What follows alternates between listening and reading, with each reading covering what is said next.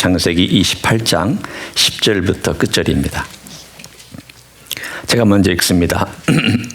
야곱이 브엘세바에서 떠나 하란으로 향하여 가더니 한 곳에 이르러는 해가 진지라 거기서 유숙하려고 그곳에 한 돌을 가져다가 베개로 삼고 거기 누워 자더니 꿈에 본즉 사닥다리가 땅 위에 서 있는데 그 꼭대기가 하늘에 닿았고 또 본즉 하나님의 사자들이 그 위에서 오르락 내리락 하고 또 본즉 여호와께서 그 위에 서서 이르시되 나는 여호와니 너의 조부 아브라함의 하나님이요 이삭의 하나님이라.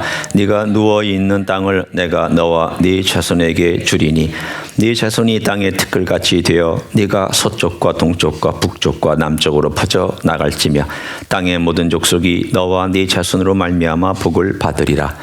내가 너와 함께 있어 네가 어디로 가든지 너를 지키며 너를 이끌어 이 땅으로 돌아오게 할지라.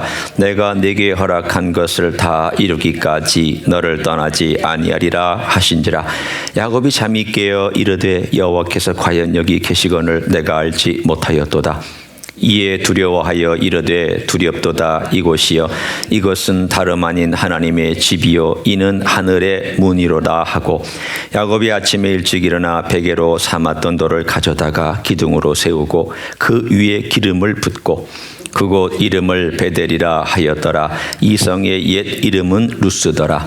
야곱이 서원하여 이르되 하나님이 나와 함께 계셔서 내가 가는 이 길에서 나를 지키시고 먹을 떡과 입을 옷을 주시어 내가 평안히 아버지 집으로 돌아가게 하시오면 여호와께서 나의 하나님이 되실 것이요. 같이 읽습니다. 내가 기둥으로 세운 이 돌이 하나님의 집이 될 것이요 하나님께서 내게 주신 모든 것에서 10분의 1을 내가 반드시 하나님께 드리겠나이다 하였더라. 아멘. 오늘 주보에 보면 설교의 제목을 야곱 대 이스라엘이라고 적어놨습니다. 대라는 말은 일종의 영어로 표현하면 against. 우리가 보통 누구 대 누구 하면은 이렇게 대항하는, 서로 이렇게 일종의 서로 싸우는, 갈등하는 관계를 표현할 때 이렇게 쓰곤 합니다. 그 여러분이 이상하게 생각하실 겁니다. 야곱이 이스라엘 아닙니까?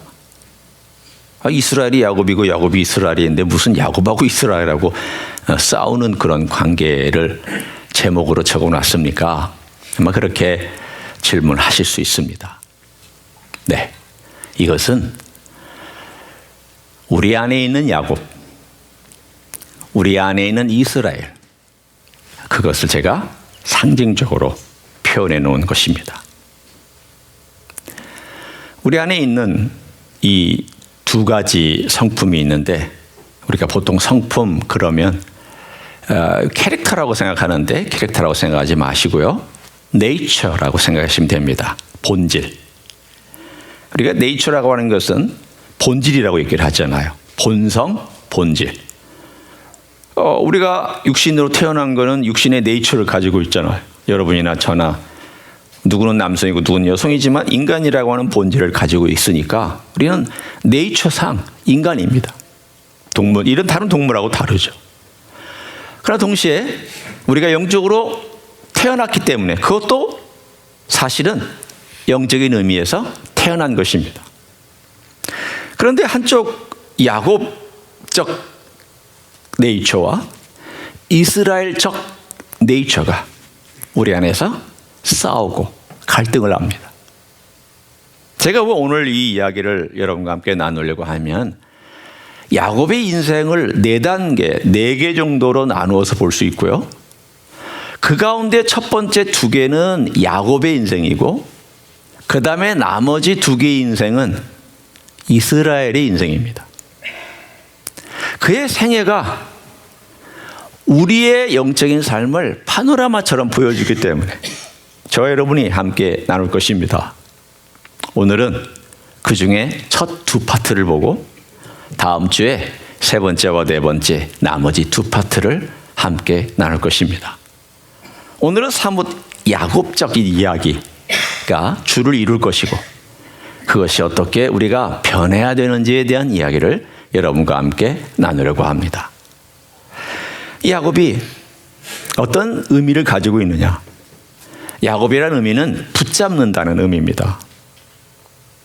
이 붙잡는다는 그 생애는 그의 처음에 어머니 뱃속에 있을 때부터 그의 특징이었습니다. 이름도 그렇고 그의 특징도, 그의 기질도 그랬습니다.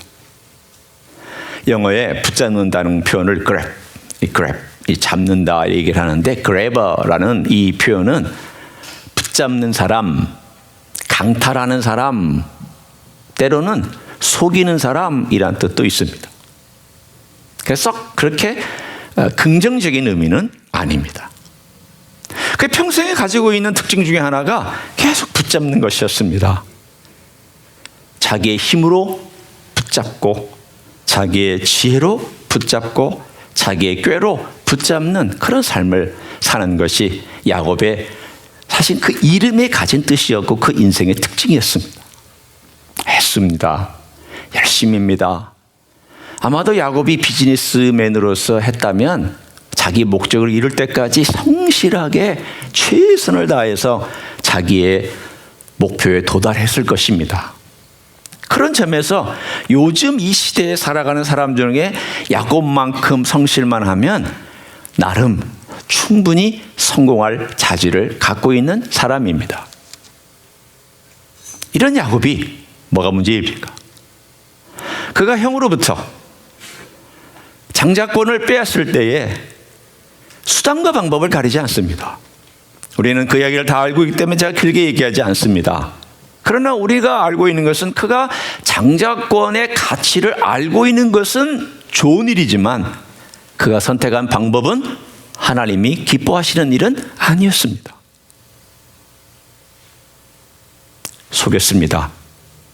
쉽게 얘기하면 형으로부터 강탈한 것이나 마찬가지입니다.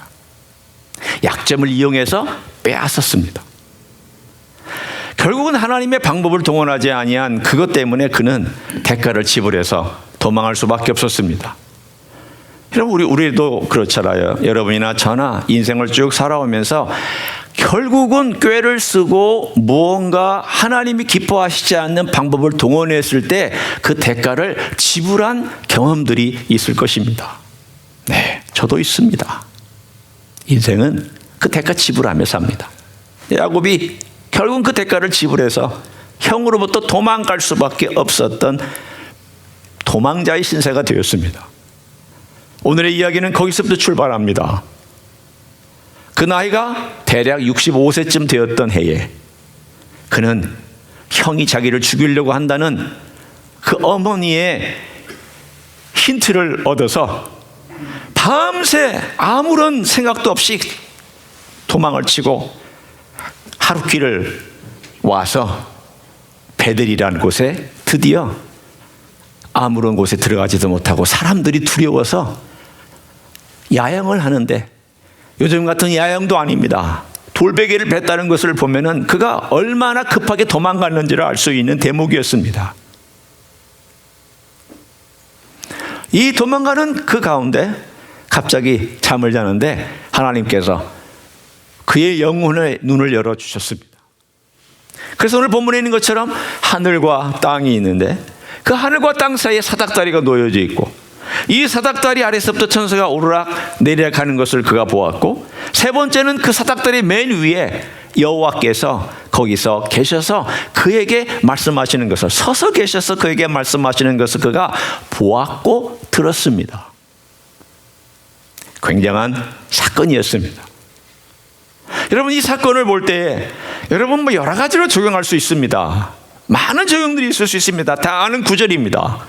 그러나 적어도 이 사건을 통해서 하나님께서 처음 나타나셔서 야곱에게 하신 말씀이 있습니다. 그 말씀은 다른 것이 아닙니다. 다시금 아브라함과 이삭의 약속을 상기시켜 주면서 뭐라고 말씀하셨는지를 뒤에 가서 한번 보십시오. 제가 읽어드립니다.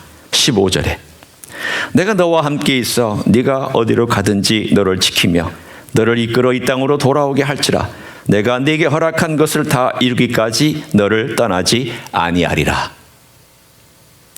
하나님께서 너 가는 곳마다 내가 함께 하겠다. 그리고 내가 너에게 약속한 거 다 이룰 때까지 절대로 떠나는 일이 없다. 뭘 보여주셨습니까? 하나님께서 차원이 다른 세상의 일을 보여주셨습니다. 야곱은 땅의 것에 대단히 집착하고 살아간 사람입니다. 붙잡는 사람입니다. 물론 장자권을 붙잡으려고 애를 썼지만 그러나 그의 수단과 방법은 땅의 수단과 방법이었습니다. 그것에 관하여서는 둘째가라면 서러울 정도로 머리 쓰는 사람이고 꾀를 쓰는 사람이었습니다. 하나님께서 차원을 높여주셔서 야곱아, 너는 지금 땅에 있는 수단과 방법을 자꾸 동원하는데 너 그렇게 좀 하지 마라. 내가 있지 않느냐? 왜 땅을 바라보고 땅의 수단과 방법을 추구하며 사느냐? 내가 있지 않느냐? 새로운 차원을 하나님께서 보여주셨습니다. 그 새로운 차원에는 적어도 세 가지가 있습니다. 하나는 사다리를 생각해라. 이 하늘과 땅은 연결되어 있다. 두 번째는 언제든지 내게 올 수 있다. 사다리의 의미입니다.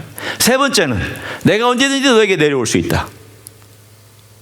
하나님께서 만날 수 있는 그 길을 보여주셨습니다. 너 언제든지 내게 오면 내가 너 만나준다. 그리고 내가 언제든지 너에게 내려와서 너 도울 수 있다. 내가 그 상징으로 천사들이 오르락내리락 가는 것을 너에게 보여준다. 천사들이 오르락내리락 한다는 것은 하나님께 야곱의 사정을 알리러 올라갔다가 주님의 명령을 받고 다시 내려오고 올라가고 내려오고 수시로 야곱의 사정을 알려주고 하나님의 명령을 수행하기 위해서 천사들이 내려오는 그 일을 알려주셨습니다. 언제든지 내가 필요하면 내가 직접이라도 내려가겠다. 어디서 그 메시지를 읽을 수 있습니까? 서서 계셨잖아요. 보좌에 앉으신 하나님이 아니라 서서 계셨잖아요. 섰다는 것은 즉시 행동할 수 있다는 뜻입니다. 섰다는 것은 언제든지 내가 개입하겠다는 뜻입니다. 야곱이 이걸 봤습니다. 그래서 그곳에 기둥을 쌓고 기름을 붓고 하나님께 서약하고 그리고는 이곳이 하나님의 집이다. 그래서 그 이름을 벳엘이라고 이름을 졌습니다. 하나님의 집이란 뜻입니다. 자, 여러분, 제가 질문합니다. 야곱이 베델을 경험했으면 베델적 삶을 살아야 되지 않을까요? 하나님께서 주신 메시지는 뭐냐면 너 어느 곳에 가든지 거기가 베델이다, 그 뜻입니다. 그런데 야곱은 어떻게 했습니까? 여기만 베델이다, 이렇게 여겼습니다. 여기는 두려운 곳이다, 그렇게 여겼습니다. 하나님은요, 내가 가는 곳마다 널 지키고 가는 곳마다 널 만나고 가는 곳마다 사닥다리가 있고 가는 곳마다 너는 내게 올 수 있다라고 하나님은 메시지를 주셨지만 야곱은 베델만 생각했습니다. 제가 드리는 질문이 이것입니다. 하란에 가서 야곱은 베델 같은 삶을 살았습니까? 못 살았습니까? 살았어요? 못 살았죠. 여러분, 영적인 경험을 한다고 그 영적인 경험이 내 삶 가운데 삶의 스타일로 바뀐다는 것은 꼭 아닙니다. 내가 예수님을 영접했다고 그 예수님을 영접한 대로 예수님과 닮아가는 삶을 꼭 살아간다는 그 뜻 아닌 것과 비슷합니다. 내가 입술로 고백했다고 내 삶의 스타일이 그 입술처럼 따라간다는 보장은 없습니다. 야곱이 그랬습니다. 적어도 그가 65세 하나님 영광을 보여주셨고 베델의 경험을 하게 하셨고 그리고 20년 동안 하란에서 사는 것이 두 번째 단계인데 두 번째 단계에서 그가 살아가고 있는 생활을 보면 과연 야곱이 베델의 경험을 한 사람 맞나? 그런 놀라운 경험을 했는데 그것을 삶 속에서 실천하고 그는 하나님께 기도하고 하나님께 간구하고 언제든지 하나님께 나아가고 하나님 그분의 음성을 듣고 그분의 도움을 요청하는 그런 삶을 살았나? 성경에 보면 우리가 창세기를 쭉 그 다음 보면 그런 것 같지 않습니다. 처음 가서 열심히 일합니다. 워낙 성실한 사람이니까 열심히 합니다. 그 기질이었습니다. 성실하고 꾸준하고 자기 목표에 도달하고 붙잡는 기질을 가지고 있었기 때문에 이건 하나님이 도와주거나 안 도와줘도 그렇게 갈 사람입니다. 처음 7년 일해서 자기가 좋아하는 라헬을 아내로 맞이하는 품삯으로 무보수로 아내를 준다는 그 말에 7년 일했습니다. 그래서 자기가 그 라헬을 얻는 줄 알았더니 알고 봤더니 그 삼촌이 속입니다. 보십시오. 속이는 자는 속게 되어 있습니다. 붙잡으려는 자는 붙잡히게 되어 있습니다. 인간의 수단과 방법을 동원하는 자는 결국 누군가에 의해서 그 수단과 방법의 노예가 되거나 피해자가 될 수 있습니다. 하나님 공의로우신 분입니다. 공평한 분입니다. 이 세상에서 일어나고 있는 일도 그러하건대 하물며 하나님의 사람들에 대해서 하나님께서 행하시는 일이 얼마나 공평한지에 대하여 살아가면서 더 느낍니다. 아, 맞아. 하나님 공평하신 분이야. 비록 내가 모르지만 이것은 하나님께서 내가 이런 부족한 점 때문에 내가 남을 이용한 것 때문에 남이 나를 이용하는 것에 대해서 하나님께서 깨우쳐 주시는 것이야 라고 깨달을 필요가 있습니다. 대가 지불합니다. 도망가는 것도 대가고 하란 땅에 가서 그가 머물고 있으면서 삼촌이 자기를 이용하는 것도 그 대가입니다. 14년을 무보수로 일했습니다. 부인 둘만 얻었고 자식들만 얻었습니다. 하란 땅에서, 하란 땅도 지금도 흙집이 있는데 아마도 흙집에서 살았을 것입니다. 그 둥그런 흙집에서 그가 살면서 무보수의 집은 물론 공짜로 얻었겠지만 자기 자식들과 아내들 먹이는 그러한 정도로 열심히 일하고 14년 동안 일한 다음에 양 한 마리 자기 것이 없었습니다. 그리고 나서 어느 날 갑자기 깨달았습니다. 난 뭐야? 내가 14년 동안 일했는데 아무 보수도 없고 아무 재산도 없는 내가 이거 뭐 하는 것이냐? 그래서 14년 후에 삼촌에게 찾아가서 이렇게 말을 했습니다. 삼촌, 나 아무것도 없습니다. 14년 동안 열심히 일해서 내가 삼촌 비즈니스 다 도와서 이렇게 풍성하게 만들어줬습니다. 나는 지금 양 한 마리 없습니다. 그러니 이제는 내 품삯을 좀 계산해 주십시오. 이렇게 좀 해주시면 좋겠습니다. 이렇게 양이 있는데 양 중에 흰 양은 다, 흰 양이나 검은 것은 다, 염소나 양 섞여 있는 건 다 가지시고 그 중에 얼룩진 거 또는 이렇게 무늬가 있는 거, 아롱진 건 저에게 좀 주시기를 원합니다. 삼촌이 좋다. 그렇게 하자. 그들은 수천 년 동안 경험으로 알고 있습니다. 뭘 알고 있는가 하면 아롱진 것이 나올 확률이 3대 1이라는 걸 압니다. 우생학적으로 4마리가 나면 3마리는 흰색 아니면 완전히 검은색이고 한 마리만 그것이 아롱지게 섞여 있는 것을 분명히 알고 있기 때문에 그래? 그러면 3마리는 내가 갖고 한 마리는 네가 가질 확률이니까 너 얼마든지 그렇게 하라. 그리고는 자기 양과 이 야곱의 양을 멀리 3일이 떨어지는 곳에 떨어지도록 만들어 놓고 네 마음대로 하라고 그랬습니다.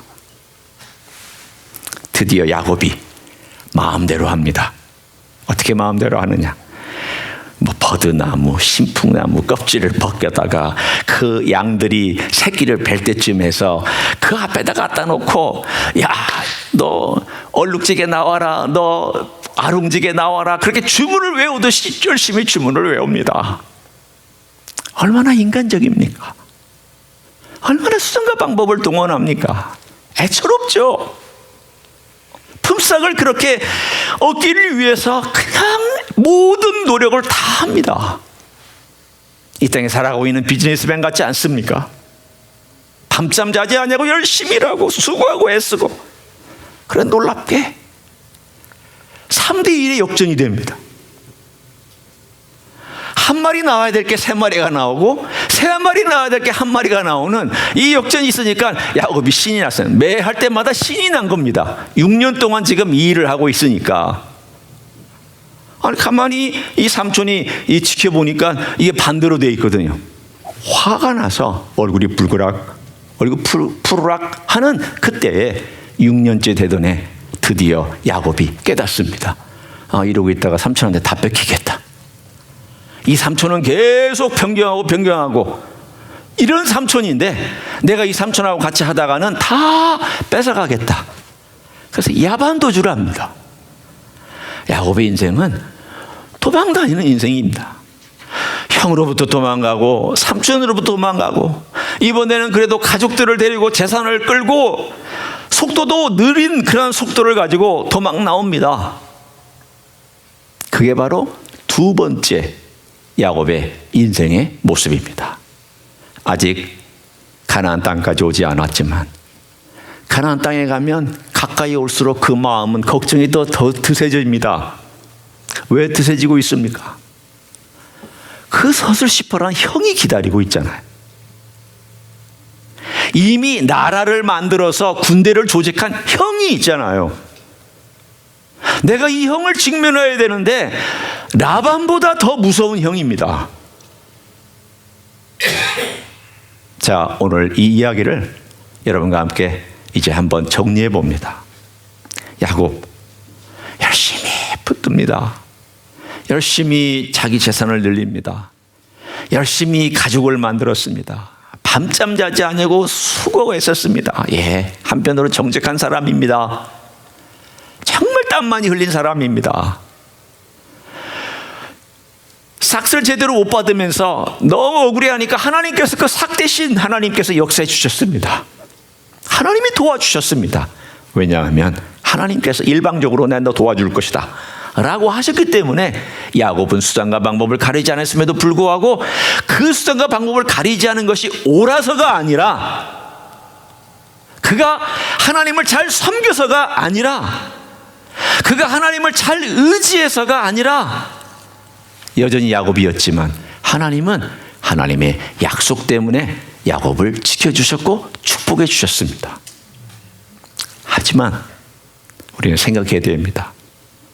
야곱이 만일 여기서 멈추고 이것이 그의 신앙이었다면 그의 인생은 소망이 없습니다. 성경에 이제 우리의 이야기로 돌아와서 로마서 8장의 얘기와 이것을 연결시켜서 저와 여러분이 함께 나누려고 합니다. 사람을 성경적인 입장에서 나누면 세 종류로 나눕니다. 하나는 자연인, 하나는 육신적인 그리스도인, 또 하나는 영적인 그리스도인. 제가 영어로 굳이 표현합니다. 여러분이 이해를 돕기 위해서. 이 자연인은 뭐냐면 내추럴 맨입니다. 그 안에 예수의 생명이 없이 그냥 인생 이렇게 살아가는 사람들입니다. 물론 교회 안에 그런 사람이 있을 수 있습니다. 두 번째는 육신적 그리스도인. 우리가 육신할 때는 영어에 어떤 표현을 쓰냐면 flesh라는 단어를 씁니다. 이 body가 아니고 flesh라는 단어를 쓸 때는 flesh라는 단어가 육적인 또는 죄성을 가진 그런 뜻으로 신학적으로 많이 씁니다. fleshly Christian입니다. 세 번째는 spiritual Christian입니다. 그러면 이 fleshly, 이 육적인, 육신적인 그리스도인이 누구냐면 야곱입니다. 영적인 그리스도인이 누구냐면 이스라엘입니다. 육적인 그리스도인에서 영적인 그리스도인으로 되는 것이 우리의 삶의 과정입니다. 그리고 그런 싸움은 매일매일 삶 가운데서 여러분 안에, 제 안에 있는 싸움이기도 합니다. 여러분 안에 야곱이 있고 여러분 안에 이스라엘이 있고 제 안에 야곱이 있고 제 안에 이스라엘이 있습니다. 이 둘은 계속 갈등하고 싸웁니다. 누가 이기느냐? 어떤 분이 이렇게 대답했습니다. 네, 내 안에 두 마리 개가 있습니다. 그런데 이 두 마리 개가 서로 으르렁거리며 싸우는데 그 개가 누가 이기겠습니까? 그러면 스스로 대답을 합니다. 내가 먹이를 많이 주고 잘 놀아주고 잘 훈련시키고 시간 많이 보낸 개가 굶는 개를 이깁니다. 이 굶어 힘이 없는 개는 피쩍 말라가지고 힘을 못 쓰고 내가 먹이를 제때 주고 훈련도 시키고 근육도 강하고 힘도 세고 자신감 있는 이 개가 이 개를 이깁니다. 평생 우리는 그렇게 살아갑니다. 라고 대답을 했습니다. 너무나 잘 비유로 표현한 내용입니다. 우리 인생은 어떻게 살아가야 되느냐? 제가 지금 설명하려고 하는 내용이 우리 안에 있는 야곱이 있고요. 우리 안에는 이스라엘이 있을 때 누가 더 힘이 세느냐에 따라서 야곱적 인생을 살아가기도 하고 이스라엘적 인생을 살아가기도 합니다. 제가 이스라엘적 인생에 대해서는 다음 주에 더 많이 자세하게 얘기를 할 것입니다. 그러나 오늘은 이스라엘적인 삶보다는 야곱적인 삶에 대해서 조금 더 시간을 보내려고 합니다. 그게 뭐냐면 육신의 즐거움을 따라 살아가는 사람입니다. 육신의 즐거움이 뭐냐? 내 삶 가운데서 내 육신이 원하는 것, 우리 육신이 원하는 걸 제가 말씀드리지 않아도 여러분 잘 아시잖아요. 우리는요, 쾌락을 원해요.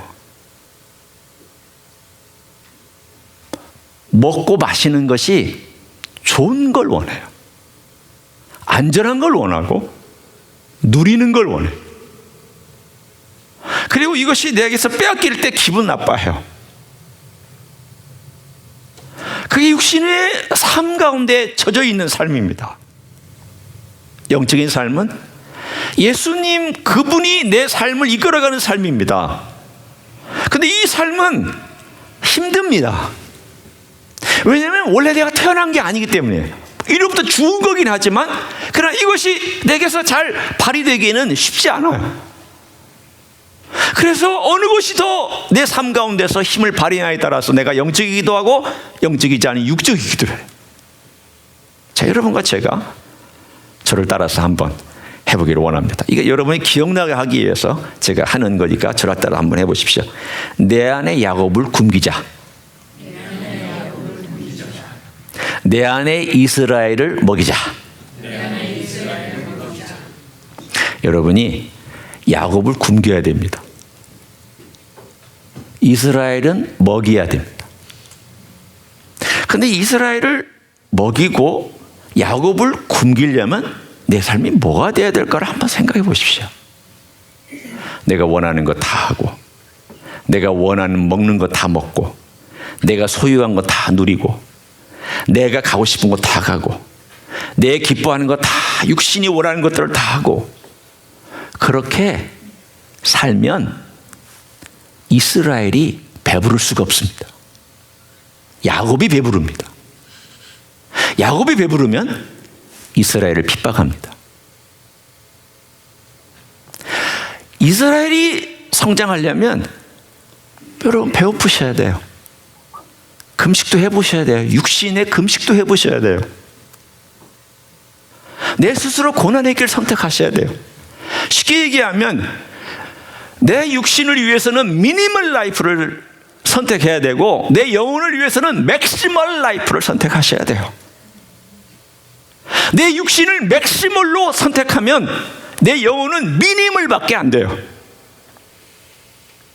내가 원하는 대로, 내가 가고 싶은 대로, 내가 편리한 대로, 내가 누리고 싶은 그대로 다 갖고, 다 누리고, 다 먹고, 다 가지고, 다 소유하면 이거 맥시멀 육신의 라이프예요. 영혼은 쪼그라들게 돼 있어요. 여러분 생각해 보세요. 여러분이 영혼이 쪼그라들어 있는지 아니면 풍성한지 여러분이 아실 거예요. 그러나 반대로 내 육신을 위해서 미니멀 라이프를 즐겨야 돼요. 어떻게 미니멀 라이프를 즐기느냐? 적당한 선에서 마치셔야 돼요. 내 육신을 위해서 내가 하고 싶은 거 적당한 선에서 먹고, 적당한 선에서 소유하고, 적당한 선에서 놀고, 적당한 선에서 끊을 줄 알고, 적당한 선에서 아니라고 말할 줄 알아야 돼요. 그럼 여러분 저에게 질문할 거예요. 아, 목사님 그렇게 살아요? 저 못 살아요. 아, 그럼 뭐 돈이 그렇게 많아요? 없어요. 목사 가진 그러한 끊지 못하는 게 뭔지 압니까? 제가 한국에서 경험했던 것이에요. 명예욕과 인정받는 것과 교회를 얼마나 크게 하는 것과 얼마나 실력 있는 목사냐, 얼마나 잘 가르치는 목사냐라고 인정받는 것에 어느 순간 이것이 끊어지지 아니하면 목사들 타락해요. 똑같아요. 목사라고 예외가 없어요. 여러분과 저는 좀 다르죠. 왜? 저는 돈의 문제, 돈의 문제가 완전히 자유롭다는 뜻은 아니에요. 그러나 돈을 버는 막 그런 것을 추구하는 사람은 아니기 때문에 그런 면에서는 여러분보다는 조금 자유함이 있지만, 그러나 저의 가지고 있는 또 다른 영역은 여러분보다 훨씬 더 유혹이 많아요. 어느 선에선가 끊지 않으면 이건 미니멀 라이프가 필요하다. 내가 너무 이거 추구했다. 이건 주님이 기뻐하시는 것이 아니다. 이건 내 육신이 기뻐하는 거다. 이거 육신이 기뻐하는 거니까 이 안에는 야곱이 더 힘을 얻을 것 같다. 이 안에 야곱이 힘을 얻으면 내 안에는 이스라엘은 피폐해지고 쪼그라들고 힘을 잃어버리고. 어떤 줄 아십니까? 이 두 마리가 있다가 야곱이 힘이 세면은 이스라엘을 발로 눌러버립니다. 그럼 꼼짝 못해요. 그런데 이스라엘이 힘이 세어져서 야곱을 누르면 꼼짝 못해요. 야곱이 어떻게 살아가느냐에 따라서 그 사람은 영적인 삶을 살아갈 수도 있고 육적인 삶을 살아갈 수도 있습니다. 야곱은 이 시점까지는 육적인 삶을 살아갑니다.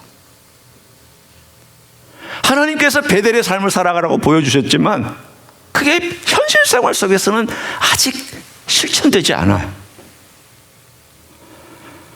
그게 왠지는 저는 잘 모르지만 아마도 우리 신앙의 여정이 그런 것이라고 주님 보여주시는 멋진 예화가 아닐까 그렇게 생각합니다. 65세부터 85세까지 처음 65년 동안 그냥 자연인으로 살아요. 65세 하나님을 만났어요. 그런데 육적인 그리스도인으로 살아요. 지금 제가 대신 표현해 드린 겁니다. 우리의 삶의 비견에서 65세부터 85세까지. 85세가 돼서야 그가 달라집니다. 이 이야기는 to be continued. 다음 주에 연장해서 말씀드리겠습니다. 오늘은 여기까지. 그러나 여러분 꼭 이 한마디 기억하십시오. 야곱을 굶기셔야 돼요. 이스라엘을 먹이셔야 돼요.